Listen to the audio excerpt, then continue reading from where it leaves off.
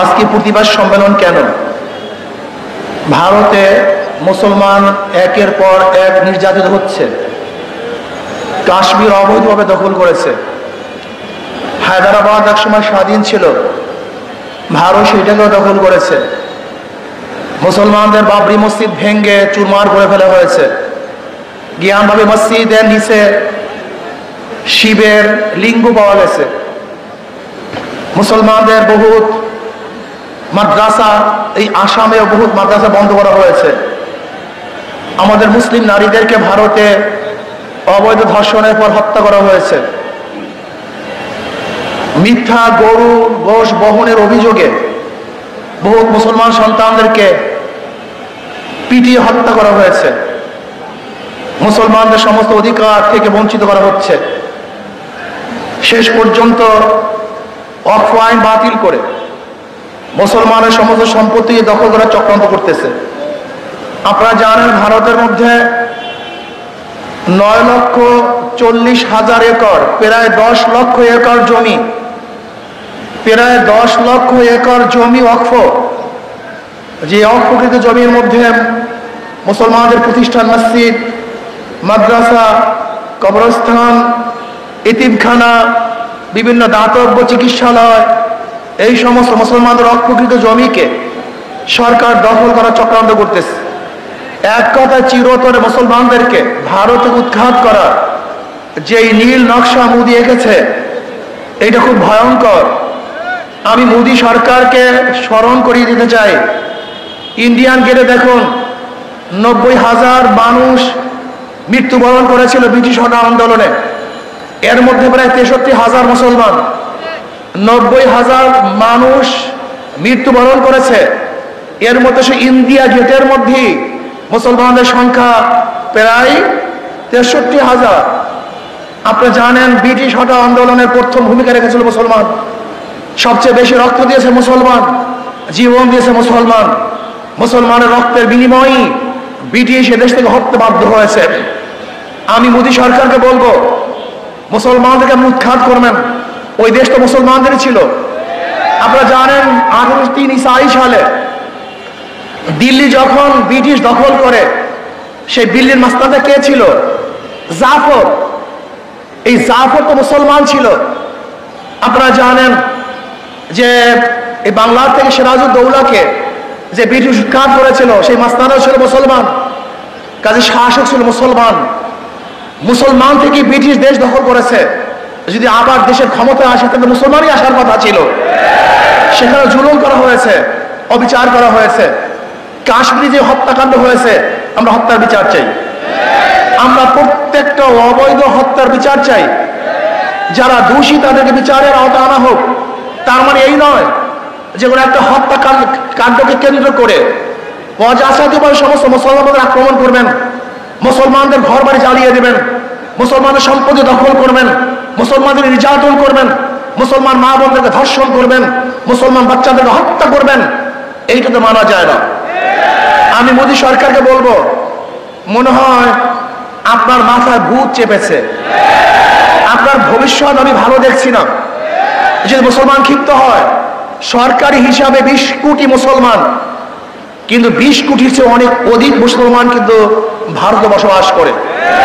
আল্লাহ পাকের শুকর, মুসলমানের সেনা শক্তিশালী, কিন্তু মুসলমানরা কিন্তু সেই দেশটাকে নিজের দেশ মনে করে। তারা এই কথা মনে করে না যে ভারত অন্য কারো দেশ। ওই দেশে তারা থাকতে চায়, ওই দেশে তারা মরতে চায়, ওই দেশের উন্নয়ন করতে চায়। তারা মুনাফিক নয়, তারা দেশকে বিক্রি করতে চায় না। কিন্তু আপনারা যারা দেশকে ধ্বংস করার চক্রান্ত করতেছেন, যদি মুসলমান জাগ্রত হয়, শুধু মুসলমান না, ভারতের হাজারো দেশ প্রেমিক মানুষ আছে যারা মুসলমানদের সঙ্গ দিবে, মুসলমানদের সাথে একসাথে কাজ করবে, মুসলমানদের সাথে একসাথে আন্দোলন করবে এবং মোদী সরকার উৎখাত করে ছাড়বে ইনশাআল্লাহ।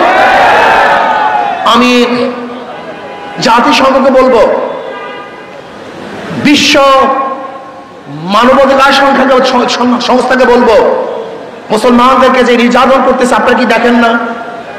আপনাদের চোখে পড়ে না? মুসলমানের নির্যাতন বন্ধ করেন, নয়তো এমন সংগ্রাম, এমন আন্দোলন শুরু হবে যে আগুন জ্বলবে, যে আগুন নিভাবার ক্ষমতা কেউ রাখবে না। আর বাংলাদেশের কথা বলতেছি, নারী নীতি, ওটা নারী নীতি নয়, বেশ্যা নীতি। আমি প্রথম যখন ইউনূস সরকারের সাথে দেখা করতে গেছিলাম, এই আমার সামনে আছে আমাদের মহাসচিব, যুগ্ম মহাসচিব, অনেক কথাবার্তা বলার পরে আমি স্পেশাল বলেছিলাম, জনাব কোন অবস্থাতেই পাশ্চাত্যদের কোন আদর্শ নীতি সংস্কৃতি আমাদেরকে চাপিয়ে দেবেন না। আমার আগেই সন্দেহ ছিল, আমি আগেই সন্দেহ করতাম, ইউনূস সরকারকে আমি আগেই সন্দেহ করতাম। এই লোকটা তো এনজিওর লোক, এই লোকের চারপাশে তো বেশ্যারা আছে, বড় বড় লুচ্চারা আছে, বড় বড় ধর্ষক বসে আছে। আমি একজন প্রথম বলেছিলাম, পুরাণ প্রেম ভোলা যায় না। ইউনূস সরকারের সাথে যেই ওই পতিতাদার সম্পর্ক, এই সম্পর্ক সে ভুলতে পারে নাই। এই জন্য আমি প্রথমেই বলেছিলাম যে খবরদার বিদেশে কোনো অপসংস্কৃতি আমাদেরকে চাপিয়ে দেবেন না। তখন তিনি হাসি দিয়ে বলেছিলেন, না না না না না না, আজকে আমাদের মা বোনদেরকে আপনি বেশ্যা বানাবেন, আমাদের মা বোনদেরকে খানকি বানাবেন, আমাদের পুরুষদেরকে লুচ্চা বানাবেন। বলতে পারেন হুজুর যৌনকর্মী বললেন না কেন, যৌন শিল্পী বললেন না কেন, পতিতা বললেন না কেন, এই খারাপ শব্দ ব্যবহার করলেন না কেন? বলতে পারেন।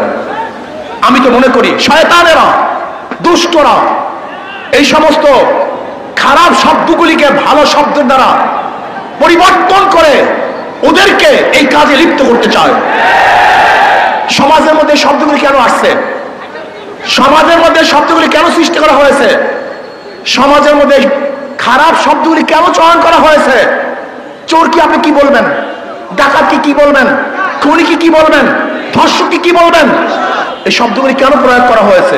যেন মানুষ এই কাজগুলি না করে, মানুষ যেন এই কাজগুলিকে ঘৃণা করে। আপনি খারাপ কাজের সুন্দর সুন্দর শব্দ প্রয়োগ করে ওই খারাপ কাজকে ভালো বানাবার চক্রান্ত করতেছেন, এইটাই বড় শয়তানি। এই নারী নীতি প্রণয়নকারী এরা কারা? এরা কোথা থেকে আসছে? ওই টান বাজারে জন্ম হওয়া লোকগুলি, ওই টান বাজারে জন্ম হওয়া নারীরা একজন ভদ্র বিশিষ্ট সতী নারীদের আইন প্রণয়ন করে কিভাবে? ওই নারীগুলি আমার স্ত্রীর আইন প্রণয়ন করে কিভাবে? ওই নারীগুলি আমার মায়ের আইন প্রণয়ন করে কিভাবে? ওই নারীগুলি আমার মেয়ের আইন প্রণয়ন করে কিভাবে? আমার মেয়ে সতী, আমার স্ত্রী সতী, আমার মা সতী, সে একজন নারী। আমার মায়ের, আমার বোনের, আমার মেয়ের, আমার ফুফির, আমার নানির, আমার খালার আইন ওই বেশ্যারা করবে কিভাবে? ওই বিশ্বাসগুলি সাহস কোথায় পেয়েছে? আমি বিশ্বাস করি এই বিশাল চক্রান্ত চলতেছে। ইউনূস সরকারকে হটাবার এটা চক্রান্ত। সবগুলি ভারতের দালাল, এই সবগুলির সাথে ক্যালকাটা সংযুক্ত আছে, সবগুলির সাথে ক্যালকাটা সংযুক্ত। আপনারা দেখুন, কোন অবস্থাতেই বাতিল নয়। এই প্রস্তাব দেওয়ার সাহস কিভাবে পেয়েছে বাংলাদেশে? ওদের বিচার করতে হবে, বিচারের আওতায় আনতে হবে। এই ঢাকার বুকে প্রকাশ্য থেকে বিচার করতে হবে, যারা ভবিষ্যতে এই ধরনের কোন প্রস্তাব আনতে কেউ সাহস না পায়। আমার মেয়েকে, আমার বোনকে, আমার ভাগ্নিকে, আমার মাকে বেশ্যা বানাবার যারা চক্রান্ত করতেছে, ওদের চেয়ে বড় শত্রু আর কেউ হতে পারে না। নারী নীতির প্রত্যেকটা পৃষ্ঠায় পৃষ্ঠায় ধর্মবিরোধিতা করা হয়েছে, প্রত্যেকটা পৃষ্ঠায় পৃষ্ঠায় ধর্মকে অপমান করা হয়েছে, প্রত্যেকটা পৃষ্ঠায় পৃষ্ঠায় এই বাঙালি জাতি সংস্কৃতিকে ধ্বংস করে নতুন এক বিদেশি চক্রান্তকে বাস্তবায়ন করার চক্রান্ত চলতেছে। এটা আমরা মানতে পারি না। মানা তো দূরের কথা, এটা প্রস্তাব কিভাবে দিয়েছে এটি ইউনূস সরকারকে জানতে চাই। আজকে বাংলাদেশের সবচেয়ে বেশি সংস্কারের পক্ষে এবং এই সরকার যেন সময় পায় সংস্কারের জন্য, ইসলামী আন্দোলন বাংলাদেশ সবচেয়ে বেশি ভূমিকা পালন করতেছে। তারা প্রথমে যে কথা বলছে, আজও সেই কথা বলছে। আপনাকে সুখে থাকতে কি ভূতে কিলায় নাকি? আপনাকে ভূত পেয়েছে? আপনাকে ভূতে কিলায়? যদি ভূতে পেয়ে থেকে এমন কিলায় শুরু করবো, আপনি দেখতে পারবেন না বিয়াকুব নাকি, যেখানে আমরা সবচেয়ে বেশি এদের জন্য ভূমিকা পালন করতেছি। আর উনি ইসলামকে জলঞ্জলি দিয়ে মনে করছে উনি কিছু দেখাইলেই সবাই বাহ দিবে। বাংলাদেশের মানুষ ছিলেন, এই যে দেখেন মেট্রো রেল শেখ হাসিনা করছে, মনেও কেউ করে না। যমুনা ব্রিজ করছে, একবার কেউ ভুলে উচ্চারণ করে না। ওনার উন্নয়নের কথা সবাই ভুলে গেছে। বাংলাদেশের মানুষ ছিলেন আপনি ইসলামকে বাদ দিয়ে, ধর্মকে বাদ দিয়ে আপনি যদি গোটা বাংলাদেশের স্বর্ণ দিয়ে বাঁধিয়ে দেন, স্বর্ণ, প্রত্যেকটা মানুষের শরীরে যদি স্বর্ণের পোশাক থাকে, প্রত্যেকটা বাড়ি যদি মরমার পাথরের থাকে, আর আপনি একদিন ধর্মের বিরোধিতা করবেন, ওই সমস্ত পাথর আর সমস্ত স্বর্ণ আপনার মুখের মধ্যে ছুঁড়ে ফেলবে, ছুঁড়ে ফেলবে, থুক পারবে আপনার মুখের মধ্যে, থুক পারবে আপনার মুখের মধ্যে, থুক পারবে বাংলাদেশের মানুষ আপনার মুখের মধ্যে।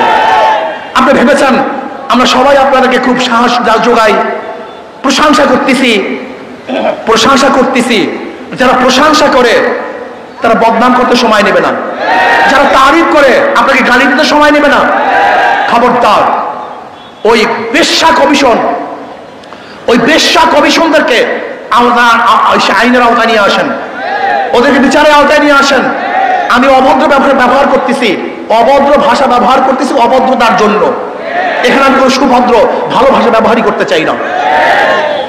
প্রিয় ভাইয়েরা আমার, আজকে বাংলাদেশে নিয়ে গভীর ষড়যন্ত্র চলতেছে। কেউ নির্বাচন সংস্কারের বাহিরে নির্বাচন হবে না, আগে সংস্কার হবে তার নির্বাচন হবে। মার্চ ফর ঢাকা, আমরা অচিরেই মার্চ ফর ঢাকা ঘোষণা দেব। কারা সংস্কারের পক্ষে আর কারা বিপক্ষে ইনশাআল্লাহ জনগণ ডিসাইড করবে। আগে সংস্কার হবে, আগে নির্বাচন হবে, জনগণ সিদ্ধান্ত গ্রহণ করবে। অচিরেই আমরা মার্চ ফর ঢাকা, আগে সংস্কার হবে তারপর নির্বাচন হবে। সংস্কারের বাহিরে বাংলাদেশের মানুষ কোনো নির্বাচন মানবে না। ডাকাতি নির্বাচন এবং প্রহসনের নির্বাচন, অগ্রহণযোগ্য নির্বাচন বাংলাদেশের মানুষ মানবে না, মানতে পারে না। এর জন্য ইনশাআল্লাহ অচিরেই মার্চ ফর ঢাকা ঘোষণা হবে। রাজি আছেন ইনশাআল্লাহ সবাই? আর আমরা টেস্ট কেস হিসাবে প্রথমে স্থানীয় নির্বাচন চাই। যদি স্থানীয় নির্বাচন সুস্থ করতে পারে তাহলে আমরা মনে করব জাতীয় নির্বাচন সুস্থ হবে। আর স্থানীয় নির্বাচন সুস্থ না হয় তাহলে বুঝবো যে নির্বাচনের পরিবেশ এখনো সৃষ্টি হয় নাই। আসুন সোচ্চার থাকুন। ডাকাত দল, ইসলামের দুশ্মনেরা এবং ইউনূস সরকারের পায়ের নিচের থেকে মাটি সরাবার ষড়যন্ত্র তো চলছে, অনেকটা অগ্রসরও হয়ে গেছে। লোকটা বুড়া মানুষ, মুরব্বী মানুষ, ভদ্র মানুষ, খুবই ভদ্র মানুষ, কিন্তু মনে রাখতে হবে যে আপনার চারপাশে যারা আছে ওরা কিন্তু ভদ্র না, ওরা অসভ্য। এই অসভ্যগুলিকে আপনার পায়ের থেকে মাটি সরিয়ে ফেলবে। এর জন্য নারী কমিশনের এই শয়তানি বন্ধ করুন, ওদেরকে অ্যারেস্ট করুন, ওদেরকে বিচারের আওতায় আনুন। যদি বিচারের আওতায় না আনেন এবং বন্ধ না করেন তাহলে কত ধানে কত চাল আপনি দেখতে পারবেন। শেখ হাসিনা সরকার কিন্তু তোয়াক্কা করেনি, আন্দোলন করে বিদায় দিয়েছে। আর আপনার অবস্থা আমরা ভালো মতোই জানি না, আপনার অবস্থা কোথায়, আপনার শক্তি কোথায়। ভালো থাকুন, সুন্দর থাকুন, দেশকে ডেভেলপ করার চেষ্টা করুন, অপসংস্কৃতি চাপিয়ে দেওয়ার চেষ্টা করবেন না, খবরদার।